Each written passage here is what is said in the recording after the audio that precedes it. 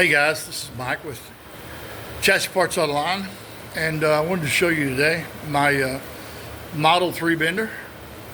This is an old JD2 Model 3 bender. This is the original version they came out with. I've had this thing probably since 2007. I've been a lot of tube with it. As you can see, the shaft there's kind of loose. It's seen a lot of tube, and the tube that I've been mostly is 1.25 DOM quarter wall. So it takes that big long bar right there. Yeah, that bar right there, big long bar, to bend that tube manually. So I got this cylinder. I saw this kit online to use this cylinder to make it aero-hydraulic. Of course, the aero-hydraulic kit from JD2 is about $900. Didn't want to go that route. Saw the one that I believe Swag Off-Road makes a kit for, and of course I didn't want to buy somebody else's kit, so I made this clamp myself, drew it in CAD. I figured it needed 4 bolts instead of just 2 like they did. This is a good kit. I haven't used it though, so I guess I can't really speak to it. But the one thing I noticed about their kit was when it's at rest, like this one's completely at rest, where you slide the tube in, and it's loose, but it's at the resting point, basically, zero or home or whatever you want to call it. Okay, and when theirs was at zero at home, this cylinder was extended out about 1/4 of the way. It could be a fifth, could be a quarter, somewhere around in there. It's hard to tell from the video. But that's losing stroke because you've already got it extended some before you even start. So this is where mine's at home. You see, it's right up against the closing part of the cylinder. It's losing that much stroke at the most. Now, if I move this back just a little bit, that's about where you can stick that tube through there and put it in there and clamp it down, and it won't move. So I could actually move this cylinder a little bit forward, take up that gap, and gain that extra half, 3/4 inch of stroke. But anyway, that's where mine starts at. Okay, so I don't lose any stroke. This thing goes all the way around to where this pointer is all the way around at 10. It's the farthest I've had it so far. But that makes a pretty good bend, like those bends on that tube right there. You got to change them. Excuse my dirty floor in this shop. This barn shop basically is built right over the driveway, and when it rains, it floods right down through the middle of here. We're building a new shop next year, so we just got to deal with it too. Anyways, one of those bends on that, the shallower bend, is bent to this number 9 right here, and the other one is bent to that number 10. Now those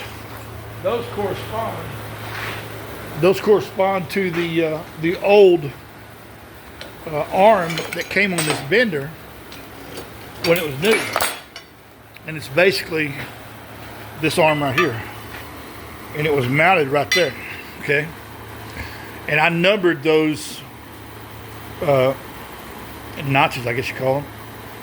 I numbered those notches so that when I'm bending, I'm way out here, away from the bender, going way around to here. Okay, so even if I had a degree wheel over there, I couldn't read the degree without somebody standing here watching me, or put a camera over it and look at a video on the wall or something. Who knows? I mean, basically on a manual bender, the degree wheel is useless. So I made all my bends on all the control arms I make to where they stop at the end. I mean, all the way around till the bender stops, way over here, till it bottoms out against those notches. So that 10 on that wheel right there, on that die, corresponds with going to the end of 10 on this one. Okay, and I've got all the different arms that I make. I've got instructions that say to go into the end of each one of these numbers. Anyways, That's how I've done it for years, because I've been manual. Now that I'm air over hydraulic, I had to go do each single bend manually, and then I put this pointer in here, and I marked it on here all the way around. Now, what I'd like to do is, I'd like to get a plate made to go on top of here that has actual degrees on it, or notches, laser etched. That would be cool. That would solve that, instead of what I just have written on there. But I've made some test bends and they came out the same. I also had to modify this die right here, this follower die.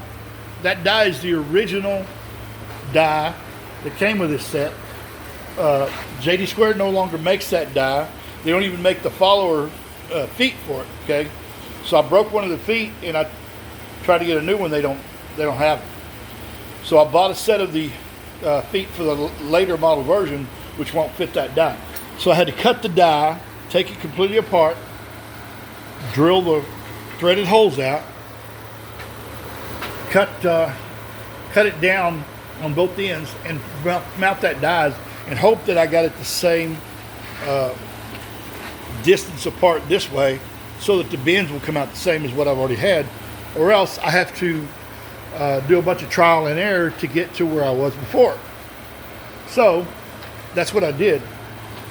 And in the meantime, before I got those new aluminum feet, I just took a piece of 1 3/4 quarter wall tube and welded to the inside of that die and smoothed it out with a flat disc and oiled it up before I bit stuff, just to get me by for the week or so it took me to get those other feet. Now this right here has worked out great. I still plan on ordering the newer style follower die, so that I have it, and hopefully it's the same as what I've got here. Okay, I'm not sure it's going to be, but I mean, when I went on their website, there was like a 4-week lead time to get dies. So I can't be down for 4 weeks, so I had to do something. Could have probably borrowed the 1 3/4 dies from my brother. He works at a shop, but I'd rather not do that. So that's what I did to get me by, and it's working. Actually, it's worked great. So that's the plan there. The air over hydraulic has worked great,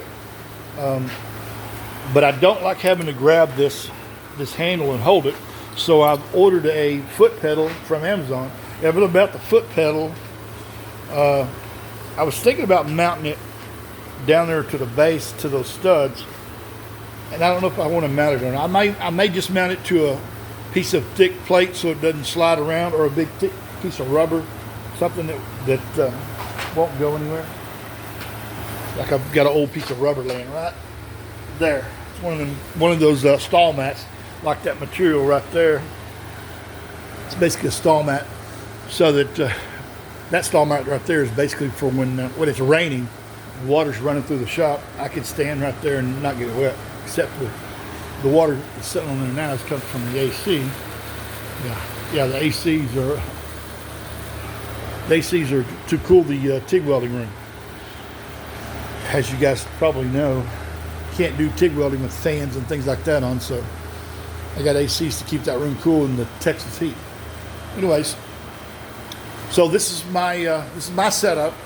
Any of you guys want the CAD files for these pieces right here, just let me know.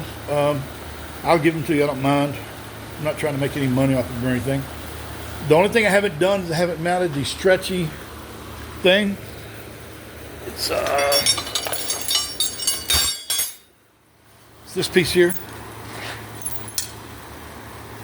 I got that from Swag Off Road also. I bought these handles from Swag Off Road also. These knobs to turn the hydraulics, to turn the valve off basically. It's better than that little pin that goes in there. I bought one for that, but I've also put one over here on my 20-ton press. That handle works great on there. That way you don't have to take the jack handle off and do that. Anyways, Yeah, the swag off-road elastic thing is supposed to pull the cylinder back. I don't know how good it's going to work. Haven't mounted it yet. You're supposed to mount it back here somewhere. So I'll make a bracket that goes on here, and I'll make a bracket that probably goes onto these 2 bolts and comes up. I didn't want to do it to this bolt because I got this bolt where it can come out, so that I can pull this pin out and swing this around over here where it's out of the way, because this barn that I'm in has 2 big doors at both ends. Yeah, it's kind of old school, and that's because this lot that I'm on is narrow, and this barn cuts off the driveway to the backyard. So if I got to get any vehicles or anything out of the backyard, I got to go through the middle of the shop. And as you can see, it's a narrow shop. Okay, so all right, guys. Point being, this I'm going to adjust that and get rid of that. But that's my setup. I haven't used it very much, but I'm going to continue using it today, and that should be my setup from now on. If you want the CAD files for that, let me know. Basically, what I did was send them to a website called Send Cut Send. You just upload the file. It gives you a quote on the part, and then you click OK, and they ship it to you when it's done. It's usually less than a week, so I mean, it's pretty simple. This is one of my first videos for this channel, so hit like and subscribe, and I'm going to be making a lot more content just as soon as I can. My Crown Vic stuff is taking off, and I'm going to need to install videos, parts videos, things like that, walk around stuff, as well as suspension geometry videos and things like that. I got a bunch of stuff coming.